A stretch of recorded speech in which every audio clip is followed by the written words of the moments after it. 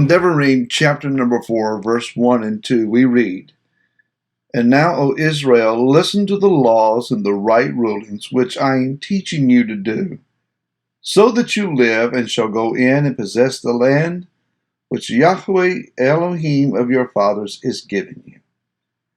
Do not add to the word which I command you, and do not take away from it, so as to guard the commands of Yahweh your Elohim, which I am commanding you." Powerful words. Hi, this is Barry Phillips with 10-Minute Torah, day number 3 of the Et Kanan. And obviously, I'm not in my office or not in my normal video slot.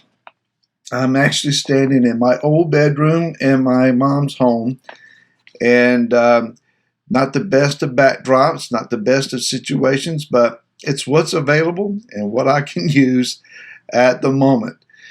Now, concerning the Torah, Moshe has just finalized the understanding that he is not going into the land. It's a done deal. Yah has even said to him, "Do not ask me about this anymore. We're not discussing this, Moshe. You're not going in."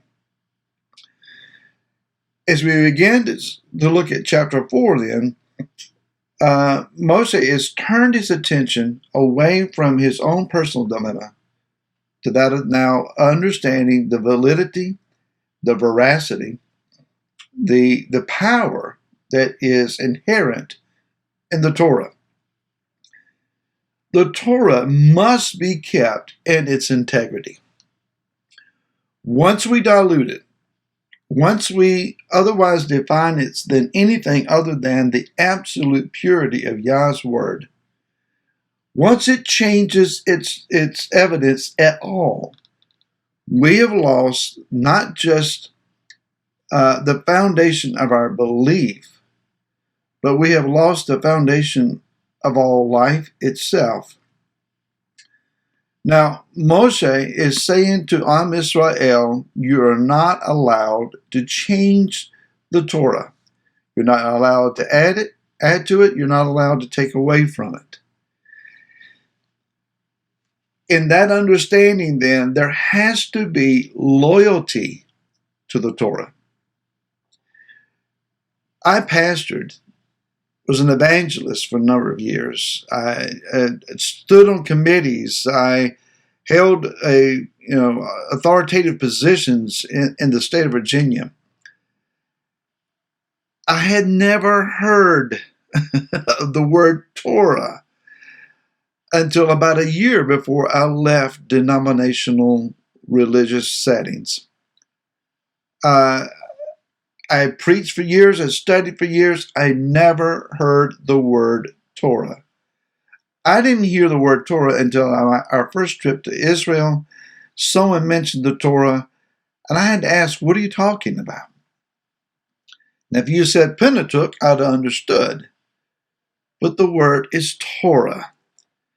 And Yah has used the Torah as the building blocks of all creation. Everything is contained in His Word in the Torah.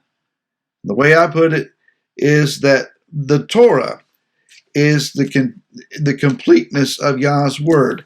If you will, at least in this set of scriptures that I hold in my hand, this is the Torah. This is the Word. This is commentary. This is a call back to the Torah. This part is the history of those who keep the Torah. It is the story of when the Torah became a living, walking, talking Torah scroll in Yeshua and what happened at that point. It is prophecy to those who are called to walk in the Torah, to come back to the Torah, to make repentance, to Shuvah. And this describes their future. But it is based on the words of the Torah, this small portion. Now that may be seeming out of balance to some, but Moshe is advocating a complete loyalty to Yah and to His commands. that this loyalty cannot be divided. Not divided between our emotions and the Torah, not to be divided between our preferences, our worldview and the Torah, not even being divided among what is the popularity of the masses. What does everyone else say? The Torah stands alone as the document of integrity.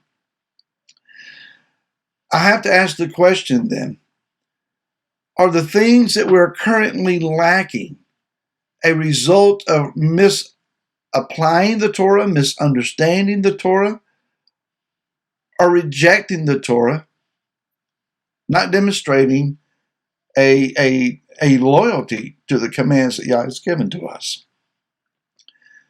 Now, here is a key part about the integrity and the validity of the Torah. Once you and I change the Torah in any way, as Moshe instructed, do not add to it, do not take away from it. If we alter the Torah in any way, we do a grave injustice to the revelation of the Messiah. Out of the pages of the Torah, we get here to the very end of Devarim. In this section of his word, Messiah stands up on every page and is fully revealed to us. The Moshiach is revealed in the Torah. The only way to know the genuine article of the Mashiach, to know him as who he really is to know him after the Torah. If I begin to identify Yeshua as the Messiah because of the beginning of Matthew chapter 1 through the end of Revelation, I can come up with a different Messiah.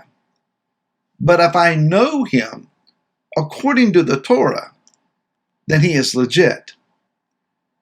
Yeshua says that Moshe wrote and spoke about me.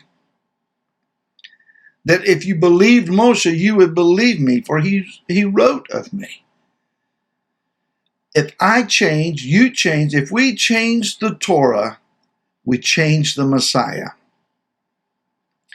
If I do away with the Torah, I will never know the Messiah. Not legitimately. Now, adding or taking away from the Torah as it has been given to us also makes this suggestion that somehow Yah is incomplete in his attempt to convey his heart and character and intention to us as it is already recorded. If I had to take the Torah and put it into a spin cycle of what everyone else's opinions are, in order to make it entertaining enough for me to read, or understandable enough for me to grab a hold of, if I have to add or take away from it, then I am saying that the Torah is not perfect, but it's imperfect. That Yah failed in his attempt to convey truth to us. Somehow I'm just foolhardy enough and willing to believe that if I read the Torah and I take my time, if I pray and ask for illumination, asking the author, the giver of the Torah, help me, show me what you're trying to say. If I look to the text, if I'm willing to study the Hebrew and try to determine what the phrasing is and what words really mean, if I'm willing to dig into it, the Torah will live and breathe with every turning of every page. I want to know Yeshua. More than anything else, I want to know him and his legitimacy and his authenticity and his reality and his power and his authority. And I have to know him, proving who he is by his own word. And I believe that the Torah can help us to do that. We'll dive a little deeper in this tomorrow, and until then, shalom.